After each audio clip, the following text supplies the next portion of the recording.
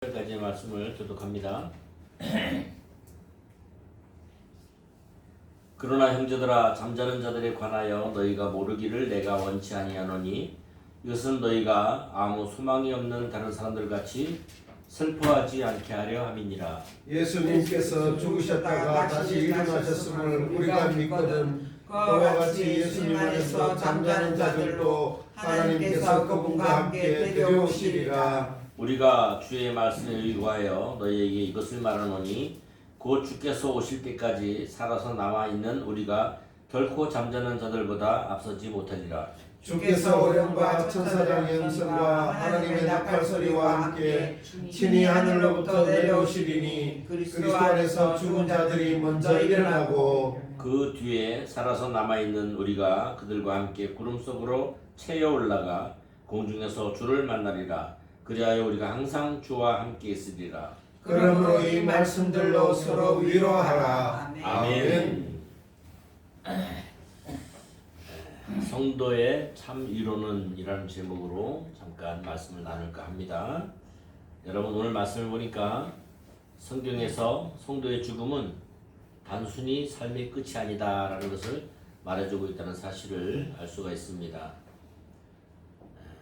성도의 죽음은 하나님과 다시 새로운 관계가 형성되는 과정이며 영원한 생명으로 들어가는 길목에 있다는 사실을 성경은 누누이 우리에게 말씀해 주고 계십니다. 그래서 성도의 죽음을 그냥 죽음이라고 안 하고 잠자는 것, 잠자는 상태 이렇게 표현하고 있는 걸 볼 수 있습니다.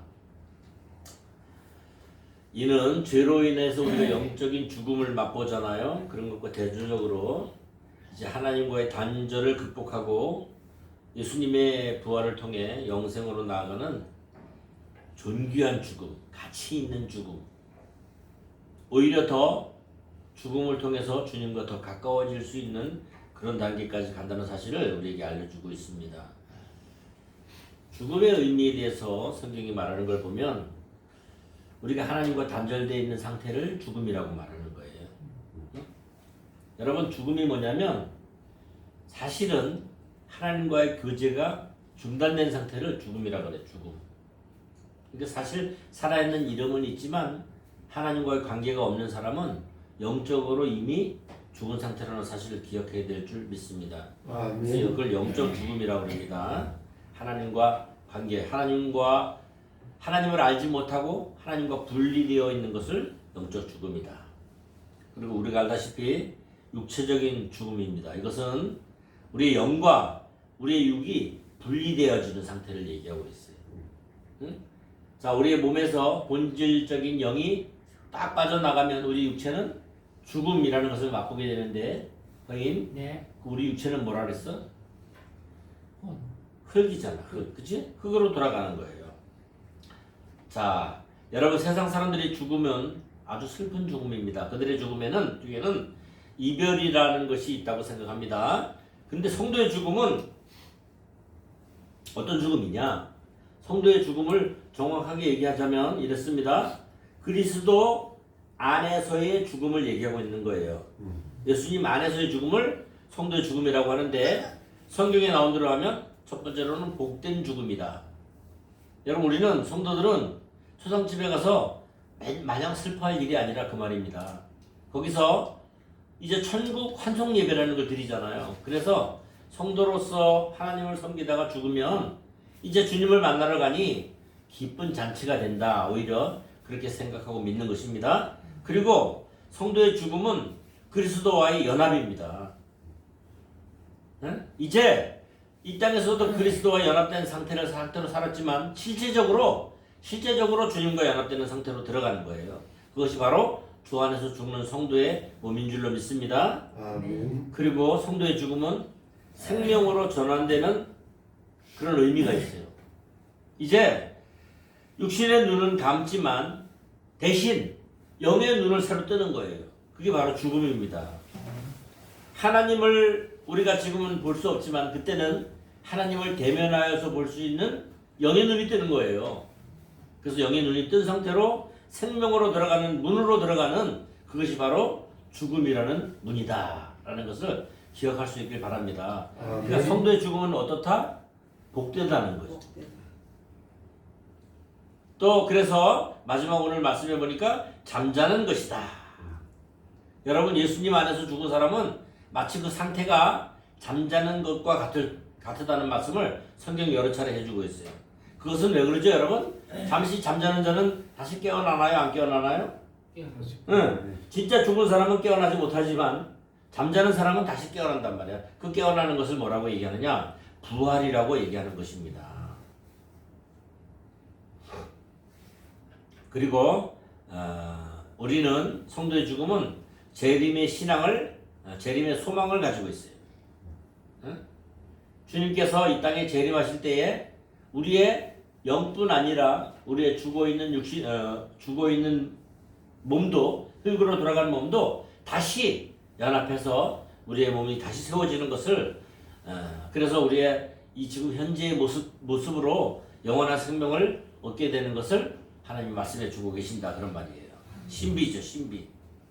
자, 본문은 그리스도의 죽음과 부활, 그리고 예수 그리스도의 재림 시에 어떤 일이 일어날지에 대해서 알게 하고, 그 알게 되는 것으로 서로 소망을 가지고 위로하라.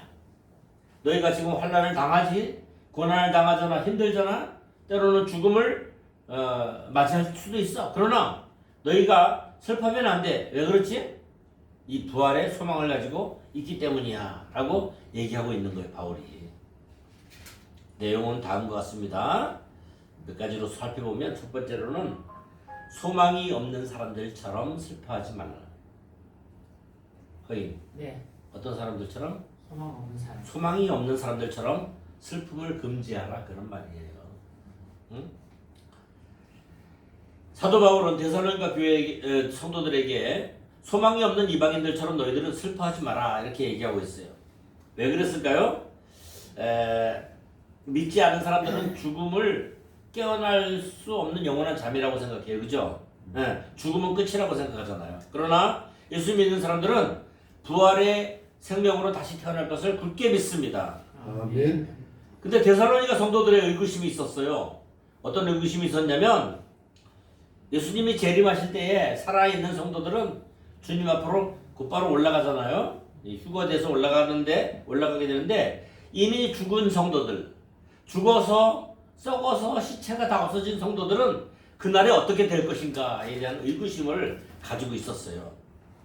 이미 죽었고 육체도 썩었으니 그 부활에 동참할 수 있을 것인가, 그 휴거에 동참할 수 있을까에 대한 그런 염려로 슬픔을 가지고 있었던 거예요.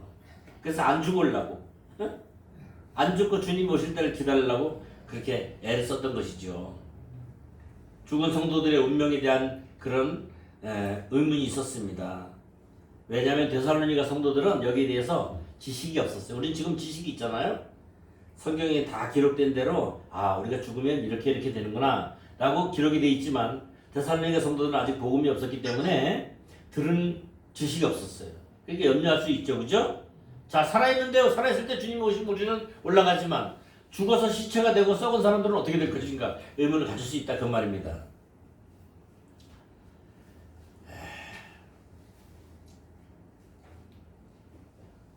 여기서 성경은 있잖아요. 죽은 자를 자는 자로 표현합니다. 이상하게 그 유대 사람들 사이에 예전부터 전해 내려오는 계승적으로 죽음을 잠으로 표현하는 그런 게 있었어요. 그래서 유대인들은 죽는다고 안 하고 잔다, 그렇게 표현한 것이 있습니다. 오래전부터 막연하게 이 부활에 대한 그런 신앙을 자기도 모르게 가지고 있었던 거죠. 두 번째로는 이 성도들의 그 죽음에 대한 의문에 바울의 답변입니다. 바울이 뭐라 그래요? 자, 예수님의 부활과 재림은 예수님이 죽으셨다가 다시 살아나신 것을 믿는 것처럼 예수님 안에서 죽은 자들도 예수님이 오실 때 함께 일어나서 주님을 맞이하게 주님이 데리고 가실 거다라는 확신을 얘기하고 있습니다. 성경에도 보면 고린도전서 6장 14절에 보면 그의 권능으로 우리를 다시 살리리라, 그렇게 나와 있어요. 누구의 권능으로? 예수님의 권능으로 우리를 다시 살린다, 그 말이에요. 또 고린도후서 4장 14절에 보니까 주 예수를 다시 살리신 이가 하나님이죠. 우리 예수와 함께 우리도 다시 살리사 그렇게 표현해 놨어요. 그러니까 우리가 다시 살아나는 것은 성경에 하나님의 약속이고 기정사실화된 것입니다. 여러분 우리라고 말하는 여기서 우리라고 말하는 것은 그 당시에 데살로니가 성도들이지만 지금의 우리가 받아들일 수 있는 것은 바울을 포함한 지금 이 시대의 그리스도인 모두를 다 우리라고 얘기하는 것입니다. 아멘. 우리는 다 주님이 오실 때에 이 땅에서 살지만 죽었으나 살아있으나 그날에 주님이 다 데리러 오실 줄로 믿습니다. 아멘. 그걸 믿으라는 거예요. 만일 사람이 예수 그리스도 안에 살다가 죽으면 비록 현재 그 사람이 죽어 있을지라도 여러분 예수 믿다가 죽은 사람이 많죠.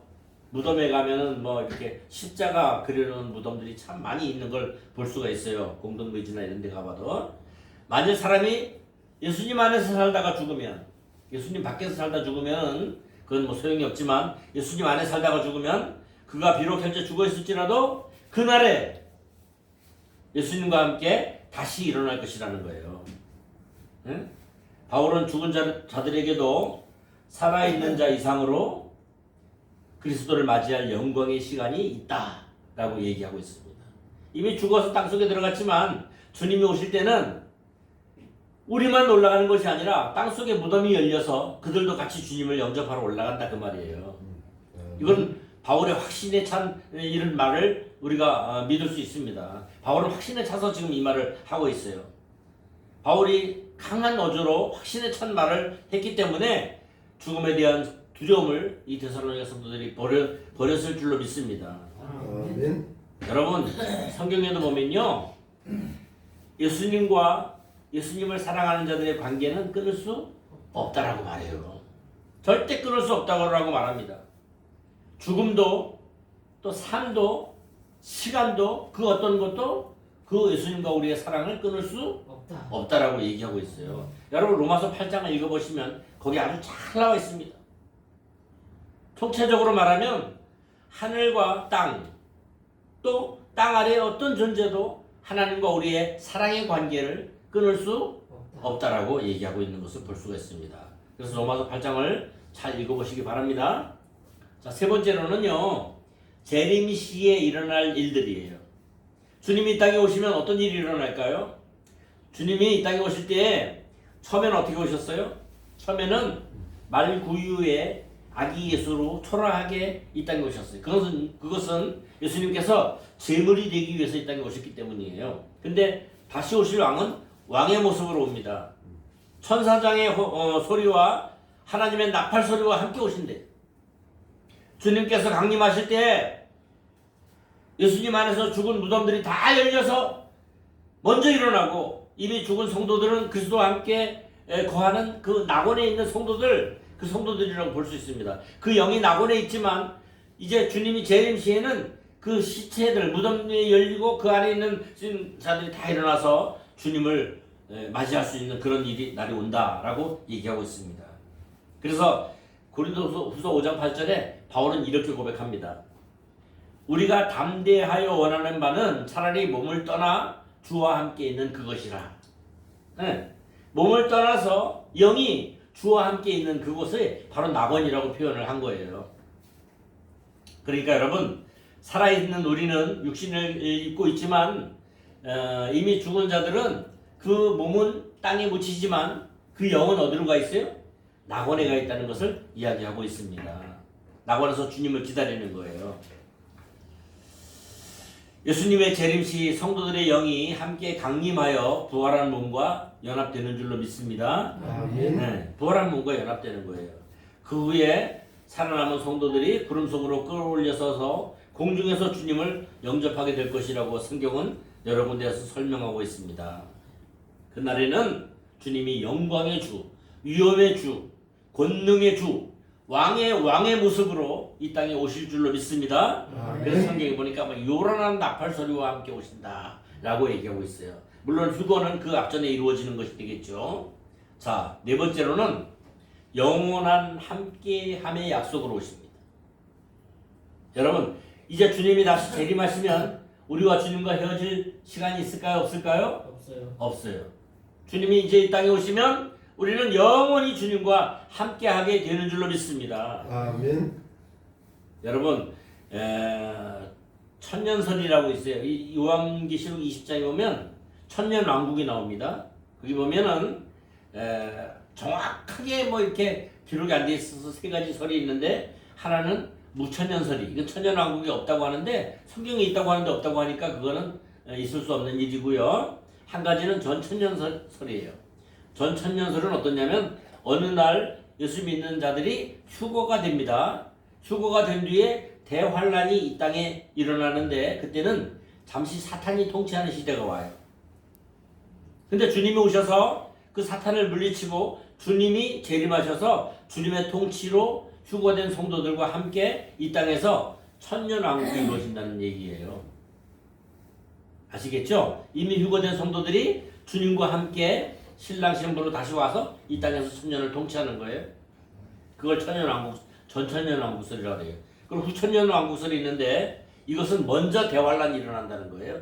먼저 환란이 일어나고 사탄의 통치가 일어나고 그 다음에 주님이 재림하셔서 휴거와 부활이 동시에 일어나는 걸 후천년설이라고 얘기하고 있습니다.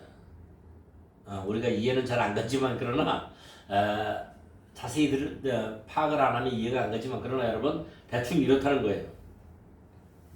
땅에는 유대인을 포함한 회심자들이 천년왕국 시대가 열리는데, 그때는 주님과 우리가 교회된 신부들이 함께 통치한다는 그것을 얘기해주고 있습니다.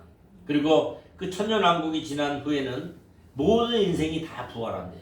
여러분, 예수 믿는 사람만 부활하는 것이 아니라 예수 믿지 않는 사람들도 다 부활한다 그 말이에요. 마지막 때 천년왕국이 지난 뒤에. 그러나 예수 믿는 사람들은 생명의 부활로 나오는 것이고, 예수 믿지 않는 사람들은 어떤 부활로? 심판의 부활로. 그래서 심판받아서 사망으로 가는 거예요. 그런 날이 온다라고 얘기하고 있습니다. 이로써 모든 성도가 주 앞에 주님과 온전하게 함께 있게 될 것을 강조하고 있습니다. 여러분, 주님의 재림이 죄인들에게는, 예수 믿지 않는 죄인들에게는 무거운 심판으로 임할 것이고, 구원받는 성도들에게는 최대의 기쁨이 될 것인 줄을 믿을 수 있기를 바랍니다. 아멘. 바울이 이런 이야기를 서로 하면서 서로 격려해라 이렇게 말하고 있어요. 지금 너희들이 환난을 당하고 어려움을 당하고 때로는 죽임을 당하지만, 그러나 주님이 오실 때 죽었든 살았든 무덤에 있든 이 땅에 있든 어떻게 있든지 간에 주님이 오실 때 너희는 부활하고, 주님이 오실 때 너희는 주님과 함께 다스리는, 주님과 함께 왕노릇하는, 주님과 함께 영원히 함께 거하는 그런 하나님의 백성이 될 것이라는 사실을 서로 이야기하면서, 서로 믿고 이야기하면서 격려하라고 얘기해 주는 줄로 믿습니다. 아멘. 요약하면 오늘 본문은 죽음이 끝이 아니라는 거예요. 뭐 어떤 사람, 믿음 없는 사람 죽어봐야 알지, 그런 말도 하는 적이 있는데, 여러분 성경을 믿어야 되잖아요. 그죠? 네. 여러분 성경을 믿지 않으면 우리가 믿을 수 없어요. 지난주에 임말주 집사님도 그랬지만은 우리가 성경이 있으니까 성경 그대로 믿는 거잖아요. 그죠? 네, 믿어야 돼요. 죽음이 끝이 아닙니다. 죽음은 영원한 생명으로 이어지는 과정인 줄로 믿습니다. 아멘. 여러분 천국을 37천까지 다녀왔던 바울은 이렇게 말했잖아요. 내가 그 천국에 가보니까 내가 죽는 게 소원이 되었다. 지금 빨리 죽었으면 좋겠다. 왜냐면 죽으면 하늘나라 가니까 주님 앞에. 근데 사람들 때문에 내가 사람들에게 복음을 전해야 되기 때문에 내가 아직까지 산다. 그렇게 얘기했다니까요. 천국을 못 본 사람은 죽음을 두려워하고 막 그랬지만, 여러분 하나님을 믿는 사람은 그렇게 살면 안 된다는 거예요. 죽음이 끝이 아니라 죽으면 주님을 만나게 되고, 죽음을 믿으면 죽음을 당하면 부활과 영원한 생명으로 내가 들어가게 된다는 그런 믿음을 갖는 것이 바로 성경적인 믿음이다 라는 것을 기억할 수 있기 바랍니다. 아멘. 예수님의 재림 시 성도들은 모두 함께 모여 주님과 영원히 함께 할 것이라는 부활 신앙에 근거한 소망과 위로의 말씀, 위로의 메시지를 여러분 마음속에 새기시고 늘 믿음으로 소망 가운데 충만한 그런 성도들이 다 될 수 있기를 주님의 이름으로 축원합니다. 아멘. 찬송가 272장 드리겠습니다.